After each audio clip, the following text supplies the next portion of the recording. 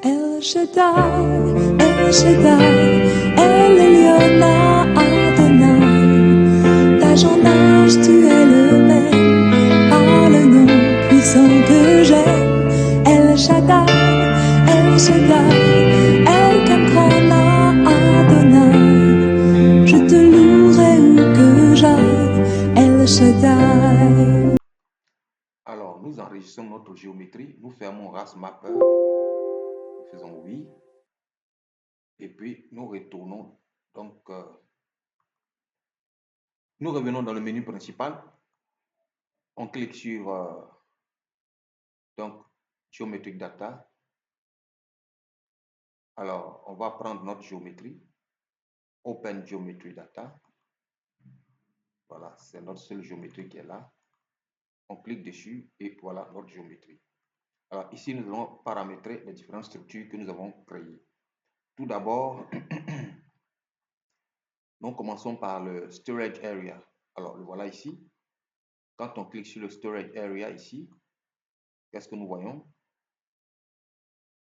Nous voyons donc les différents paramètres de Storage Area, élévation et volume ici, qui vont nous permettre aussi de faire la courbe hauteur-volume. Nous allons laisser ça, mais nous pourrons voir déjà ici, la courbe hauteur-volume ici qui est là. Aussi, alors bon, donc nous avons ceci, nous pourrons laisser. Alors, pas grand chose à changer ici. Nous pourrons mettre notre main elevation ici, pas de souci. Alors, nous allons donc prendre ici. Alors, pour la courbe hauteur sur volume, hein, on peut donc, voilà, l'autre, et puis voilà le tableau ici, qu'on peut collecter en fonction des surfaces. Nous avons la hauteur. OK. Nous allons donc dans nos surface connection, SA2D connection, ici. Alors, donc voilà bien notre dig ici. Alors notre paramètre, notre structure que nous avons paramétrée, c'est le gate ici. Donc on clique dessus, on va l'éditer.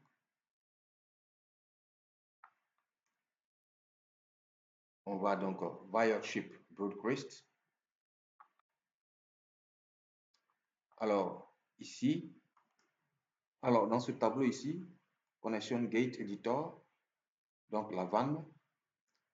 Alors donc ici, le type de vanne, c'est une vanne verticale, c'est-à-dire elle s'ouvre et de manière verticale et l'eau commence à entrer entre le radier de la prise et donc et la vanne. Donc c'est slows. Alors ici, donc gate flow, slow gate flow. Alors donc nous avons un coefficient, voilà, qui est associé donc au calcul du débit avec la présence de cette vanne. Il est égal à 0,6. Ici, donc, nous avons wire, c'est-à-dire le déversoir à l'entrée donc de la conduite, le seuil de la vanne. C'est un déversoir Broadcast, donc bord épais, voilà. Et donc le coefficient donc, du déversoir de l'entrée est de 3, on met 3. Ici, donc le coefficient, donc puisque c'est une conduite noyée, donc sous une charge d'eau d'environ 10 mètres maximum, alors donc on prend un coefficient qui est égal à 0,8, donc coefficient de l'orifice. Alors, heat reference, la référence donc du calcul donc de la charge au-dessus donc de la conduite, c'est référencé donc au niveau du seuil de la conduite, donc du radier de la conduite ici. Donc, c'est invert. Et donc, la conduite, elle est circulaire. Donc, on va dire c'est le rayon. La hauteur est égale à la largeur, c'est 0,5, 0,5. Invert, donc le radier, la cote radier, la prise, c'est égal à 363, comme on l'a dit. Et puis, donc la position de la prise sur donc, la digue, c'est à partir, donc, c'est à la station 963. Donc, on peut regarder ici, à partir de là, donc jusqu'à 963 mètres, donc quelque part ici. Si on prend ici, égal à 0. Donc, tous ces autres paramètres-là, donc on a une seule opening. Tous ces autres paramètres-là apparaissent automatiquement. Voilà. Puisque on a conçu déjà, on a tracé donc l'élément à partir de RASMapper. Ici, ça apparaît. Donc, lorsque tout est rempli, on fait OK. Nous enregistrons donc ici. Nous enregistrons là. Et puis, nous passons au menu principal. Au menu principal. Alors, il faut savoir que nous avons notre gauge ici. Voilà. Mais voilà notre digue ici. Et voilà où se trouve ici à peu près notre entrée. Voilà. La conduite que nous avons paramétrée tout à l'heure, la voici ici, dans la digue ici. Voilà. Avec une cote, voilà, 363 mètres environ. Voilà. OK. Donc, dans le menu principal, nous allons donc aller. Alors, pour paramétrer le coulement, nous allons prendre donc Unsteady Flow. Alors, pourquoi nous prenons Unsteady Flow et le coulement non permanent? Parce que bien sûr, c'est vrai que la conduite fonctionne en charge puisque c'est une conduite enterrée, mais dans la globalité, les paramètres varient en fonction du temps. Si on prend par exemple la charge au-dessus de la conduite, en fonction du temps, elle varie, ainsi de suite. Donc, on va utiliser donc Unsteady Flow pour paramétrer l'écoulement globalement dans le système entrée de la retenue, dans la prise et puis à la sortie. Cet écoulement, on va le considérer comme écoulement non permanent.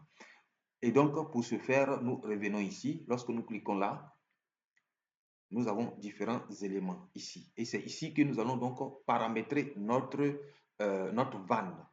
Okay? Mais déjà ici, nous avons, OK, Storage 2D Area Perimeter. Alors, il faut savoir que nous avons mis une boundary, c'est-à-dire la sortie du périmètre 2D. Et nous avons mis Normal Depth, que vous connaissez bien dans nos vidéos, les conditions amont et aval. Donc ici, une condition aval qui est boundary ici. Et nous l'avons, donc, le friction slope, c'est égal à 0.001. Alors maintenant, dans le système SA2D Area Connection, donc notre prise, nous allons donc la paramétrer. Nous la paramétrons en fonction de différentes règles ici. Voilà, on clique ici et puis on va dans Enter Edit Rule Opening, Enter Edit Rule Operation. Voilà, c'est ici que nous allons paramétrer ici avec un petit script le fonctionnement donc de notre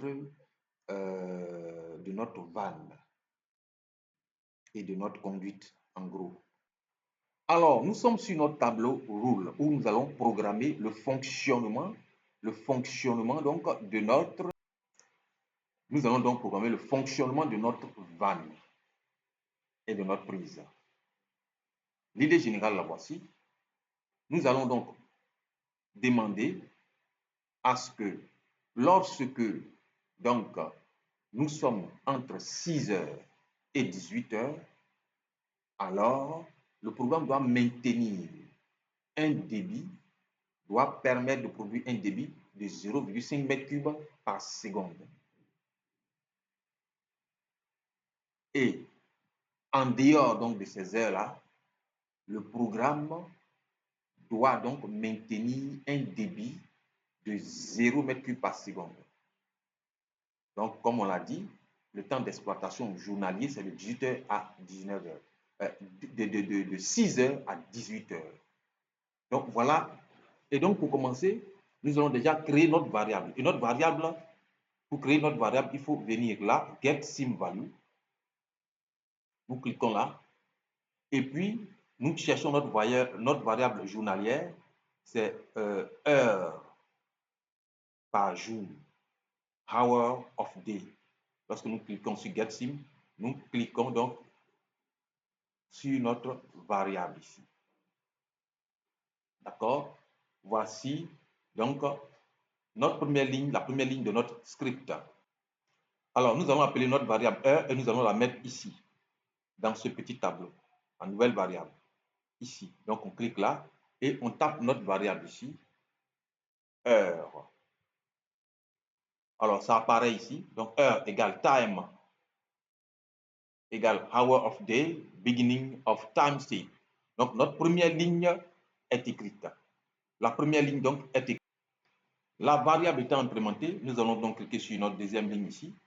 Et nous allons donc introduire une condition. Et pour introduire la condition, c'est branch if else. Nous cliquons là. Alors, notre condition doit donc paramétrer le temps de fonctionnement entre 6 heures et 18 heures. Donc, on va avoir deux conditions. Avant 6 heures et 18 heures, le débit doit être égal à 0. Et entre 6 heures et 18 heures, le débit doit être égal à 5, à 0,5. Et pour ce faire, donc, nous allons choisir if and or then. Ici. Lorsque nous choisissons if and or then, nous allons faire edit ici, dans expression. Donc, le premier, vous voyez ici, on a not set. OK? Donc, ici, nous allons éditer dans cette première expression. On fait edit ici.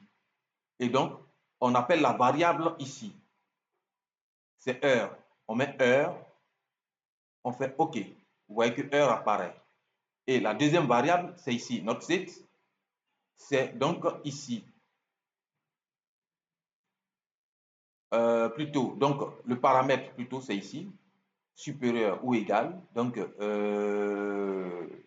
c'est supérieur, donc supérieur, c'est bien supérieur, voilà, supérieur, et puis nous allons mettre donc ici notre constante, supérieure, et notre constante ici, c'est là on met la constante, supérieure à 6, donc c'est 6 heures, donc nous allons mettre 6 ici, et nous faisons OK. Donc voilà, si heure est supérieur à 6, end. Donc la deuxième paramètre, end ici. Et donc nous allons mettre la deuxième variable ici. Toujours heure.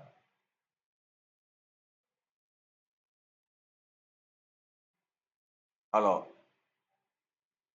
OK. Heure ici. Voilà. Donc nous allons faire OK. Heure ici. Et là, nous allons mettre donc inférieur ou égal. Inférieur ou égal. Cette fois-ci, donc, la variable, c'est 18 heures. On met 18 ici. OK. Voilà, donc, la variable introduite. Nous allons donc prendre une autre ligne ici. Alors, le paramètre que nous allons mettre ici, donc, si notre variable obéit à ces différents paramètres, alors, nous allons donc utiliser, donc, ici. Alors, le prochain paramètre que nous allons, c'est set operational parameter. OK? Donc, ce que nous allons mettre maintenant, c'est donc le débit qu'on veut maintenir constant, malgré la charge. Et donc, il y a un paramètre qu'il faut introduire lorsqu'on clique ici. Alors, ce paramètre, le voici ici. Gate flow desire. Voilà, c'est ce paramètre-là. D'accord? C'est gate flow desire qu'on va mettre. Nous cliquons donc sur gate flow desire. Voilà. Et gate flow desire égale, donc nous mettons la valeur ici. Alors, le débit que nous désirons avoir, c'est 0,5. D'accord? Donc ici, nous laissons edit et nous mettons constante. C'est une constante, donc on fait 0,5 et on fait OK. Voilà. Et donc, nous avons fait ça. Maintenant, si l'heure est en dehors de cet intervalle, alors nous introduisons OK. Alors, il y a, voilà, on va plutôt cliquer là. Nous allons sur branch if else et nous choisissons donc else. Else, OK. Et nous cliquons là encore. Nous prenons get flow desire. Voilà, égal, et cette fois-ci, on met 0. C'est ça, edit, constante, on met 0. Et pour terminer, nous allons dans branch, if, nous sélectionnons d'abord notre ligne, nous cliquons là, et puis nous mettons and if. Voilà, nous avons fini notre paramétrage. Alors, donc, nous enregistrons ici. Donc, ayant enregistré, nous allons maintenant donc aller dans Unity Flow Analyse. Nous cliquons là, nous enregistrons les paramètres, les différents paramètres. Alors, on clique là, Geometry Processor, Unity Flow Simulation, Post-Process et Flow Mapping. Et nous cliquons ici pour le 1er novembre, le début de la simulation, et la fin, c'est le 30 novembre. On va choisir ici 0 heure ici. Alors, pour la computation intervalle, nous allons choisir 5 minutes. Pour mapping out intervalle 2 minutes. 30 minutes pour hydrograph output interval, c'est donc le paramétrage donc des différents moteurs de la simulation. Et puis, detail output interval, on met 1 heure. Et on lance donc la simulation. Voilà, la simulation est lancée.